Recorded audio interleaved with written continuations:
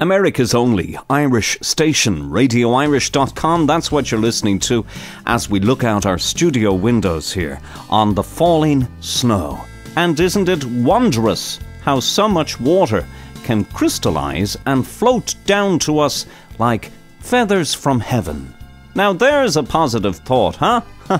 Feathers from heaven indeed. And sure, isn't it nice to share a positive thought instead of going around moaning about the snow, as so many of us tend to do when it falls. We're here on the east coast of the United States, and thank you for joining us as we embark on a brand new year, 2011. And in just a few minutes, Bob Gallico is bringing us a police report from Salem, Massachusetts that you won't want to miss. So stay tuned to radioirish.com for that. In the meantime, as we enjoy some snowy scenes from our studio windows, we are also making New Year's plans to head off to the Irish Repertory Theatre at 132 West 22nd Street in the heart of Chelsea to go see Molly Sweeney by Brian Friel, directed by Charlotte Moore, and starring Jonathan Hogan, Geraldine Hughes, and Kieran O'Reilly. Brian Friel, Ireland's master storyteller, has devised a riveting contemporary drama about the terrible consequences of a medical miracle. Now, Molly has sat in happy, capable, independent darkness since she was 10 months old. When her husband, a restless, unemployed enthusiast, makes her blindness his latest cause, he consults a once famous star surgeon who, despite being half drowned in Irish whiskey, agrees to attempt to restore Molly's sight. When the bandages come off, remarkable revelations ensue. The privacy of blindness is assaulted.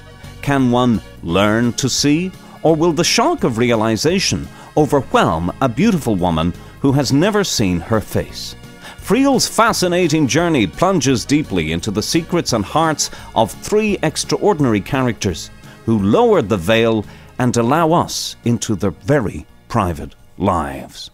Molly Sweeney by Brian Friel, being staged at the Francis J. Greenberger main stage at the Irish Repertory Theatre, January the 19th through March the 13th. 4 days before St. Patrick's Day. Plenty of time to go see this wonderful staging of Molly Sweeney by Brian Friel at the Irish Repertory Theatre, 132 West 22nd Street, here in the heart of Chelsea in New York, January the 19th through to March the 13th, and you can visit irishrep.org for more details, or simply click the Irish Repertory Theatre logo right here on the front page of radioirish.com. And you can also call 212-727-2737 and check out the website once again there at irishrep.org.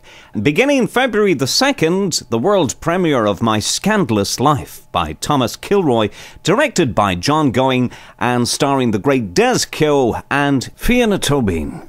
Set in 1944, in the middle of the Second World War, Lord Alfred Douglas, Oscar Wilde's beloved Bosie, overcome with memories of the notorious love affair which rocked the world, struggles to examine the mysteries of his own identity. Fascinating. The world premiere of My Scandalous Life by Thomas Kilroy, February the 2nd through to March the 6th at the W. Scott McLewis Studio Theatre. You can get all the details there at irishrep.org. Okay, or call 212-727-2737, and there are all sorts of shows being staged at the Irish Repertory Theatre. irishrep.org is the website. Right, you're listening to America's only Irish station, Radio Irish, and we're here on the east coast of the United States battling a little spatting of snow, and thank you for joining us as we embark on a brand new year, 2011. We're going to check in now with Bob Gallico, who's bringing us a police report from Salem, Massachusetts. Take it away, Bob. Hi, this is Bob Gallico for Radio Irish with another series of police reports direct from my local paper. A caller reported that an elderly woman was wandering in the area of 109 Main Street without any pants on at 12:55 a.m. Police responded to Tedeschi Food Shops at 115 Main Street at 2:01 a.m., for a report of an old lady in the parking lot bothering customers, but she was apparently gone on arrival. A caller reported that a partially clothed woman was stumbling around 111 Main Street at 2:22 a.m.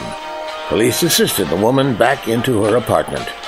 And so ended the adventures of Pantsless Petunia of Main Street for another night.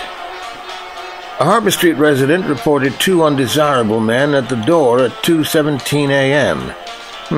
Looking more for a Brad Pitt type, I suppose. A Roundhouse Road resident went to the police station to report that her car was entered overnight and some items removed and placed on the ground, but nothing was stolen. Police are seeking a very picky thief.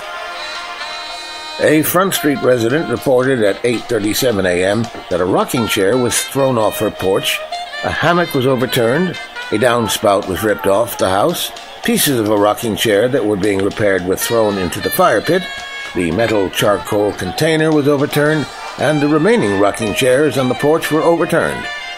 Well, now I think I could help them solve that one. Look for someone with a pathological hatred of rocking chairs.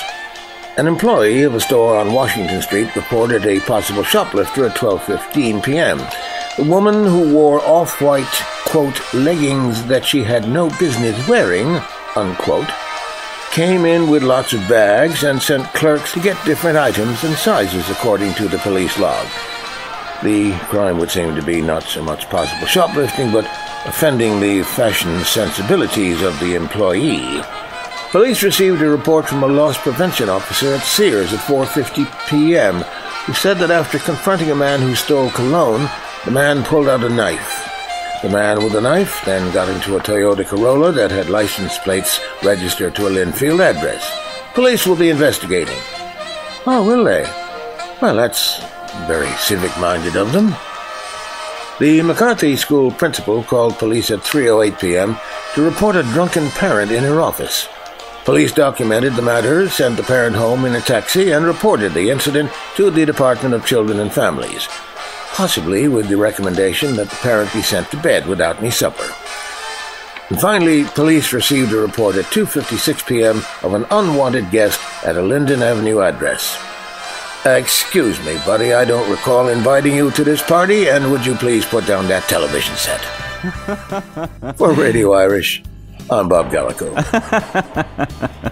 America's only Irish station, RadioIrish.com, with Bob Gallico there, and the police report.